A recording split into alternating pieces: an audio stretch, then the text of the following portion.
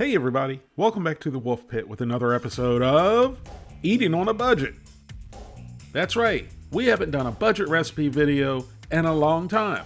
Now that fall is here and the temperatures are getting cooler and the leaves are beginning to fall, it's the perfect time to make a pot of soup.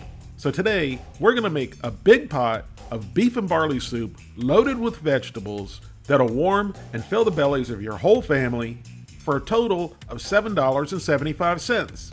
And the way beef prices have been for a while, it's very hard to make a budget meal with beef. And people who are struggling, and even people that aren't struggling, want and deserve good, delicious, inexpensive beef recipes.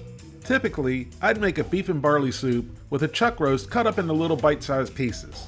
Or buy a pack of stew meat, but when you buy a pack of stew meat, you don't know what cuts of beef you're getting. You could get some chuck meat, or some round meat, or some sirloin, which is all fine, but it's not going to provide the fat and flavor that the chuck roast would.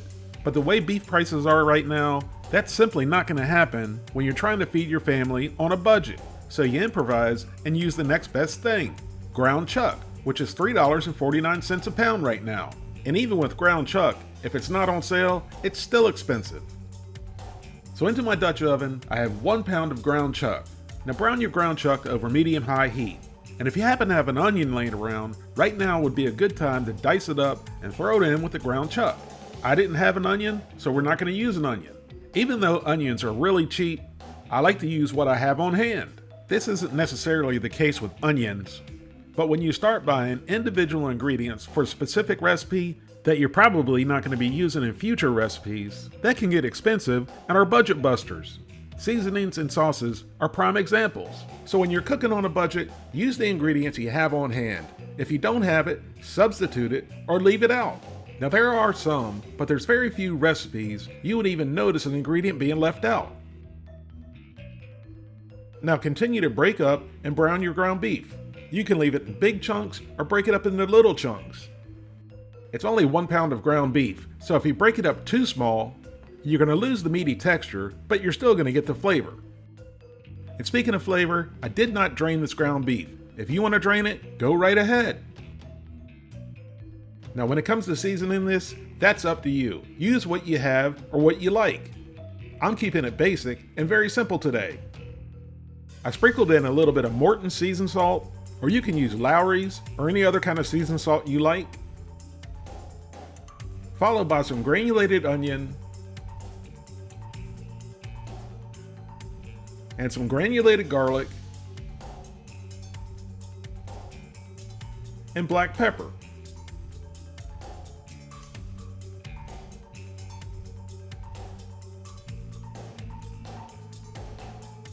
If you have any fresh or dry herbs, go ahead and add them in too if you like.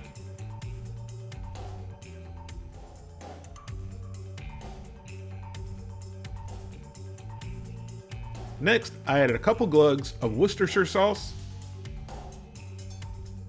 If you don't have Worcestershire sauce, you can use a little bit of soy sauce, or you can use a little bit of black coffee, Pepsi, Coke, or Dr. Pepper.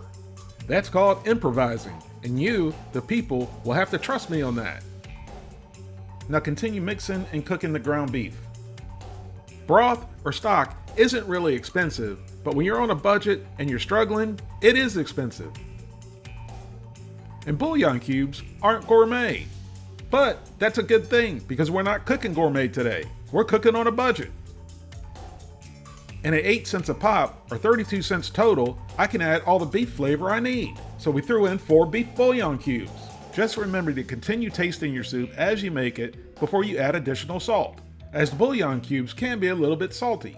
But in a big pot of soup like this, it's not going to be an issue. Give it one more good mix, and now it's time to add my favorite ingredient that I use in soups, stews, and chilies. And that's a 28-ounce can of whole peeled tomatoes with the juice. Or you can use diced tomatoes or stewed tomatoes. I prefer the whole ones. Then you can break them up as much or as little as you like. If I was the only one eating the soup, I would only cut them in half.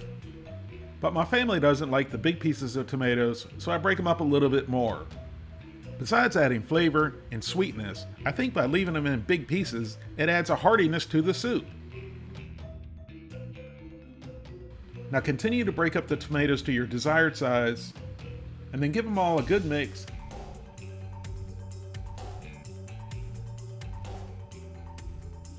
Now add 56 ounces of water using the 28-ounce can that the tomatoes came in.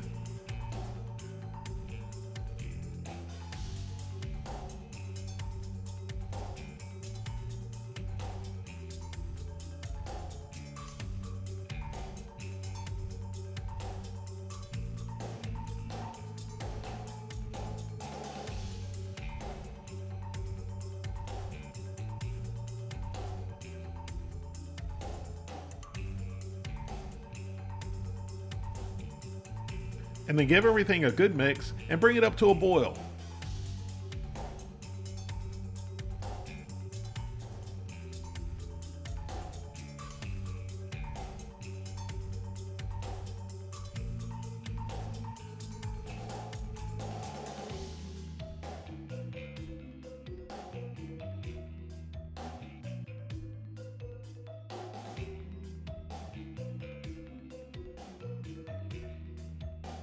And right now is a good time to go ahead and taste the broth for seasoning.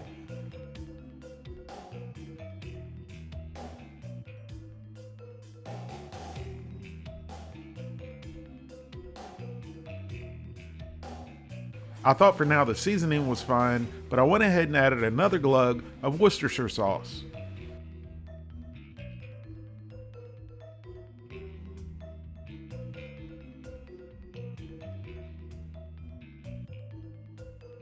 Once everything comes up to a boil, let it boil for about 10 minutes.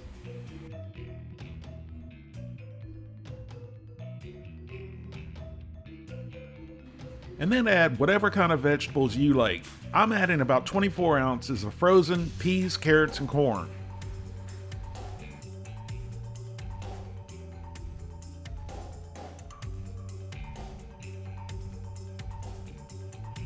Now, depending on what kind of vegetables you add, you'll have to cook them accordingly. These frozen vegetables only take about 10 minutes to cook. So mix in the vegetables.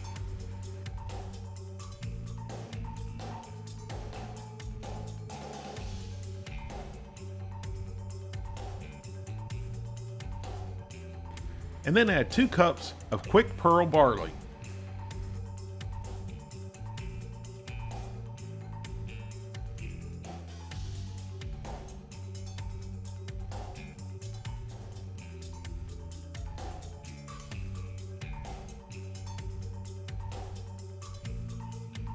Now give it all a good mix and let it cook for 10 to 15 minutes until your vegetables are to your desired tenderness and your pearl barley is done.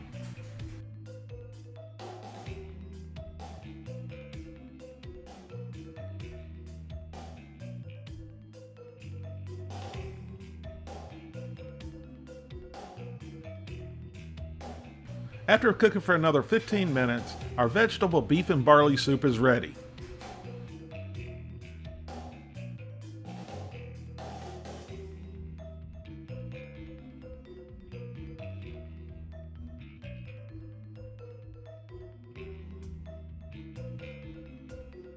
And there you have it. That's all there is to making a quick, simple, rich, delicious, and comforting pot of beef, vegetable, and barley soup that will warm, fill, and comfort your family stomachs while on a budget for a total of $7.75.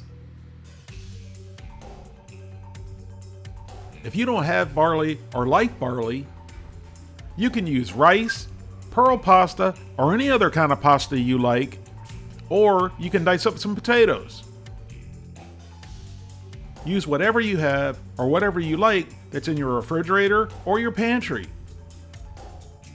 Use recipes as a guide, not as a rule. Whether it's this beef, vegetable, and barley soup, or another soup, or stew, or another meal, even with a limited budget, you would be surprised if you use your imagination with the meals you can make with the foods you already have in your refrigerator and your pantry. Thank you all very much for watching, and I'll see you soon.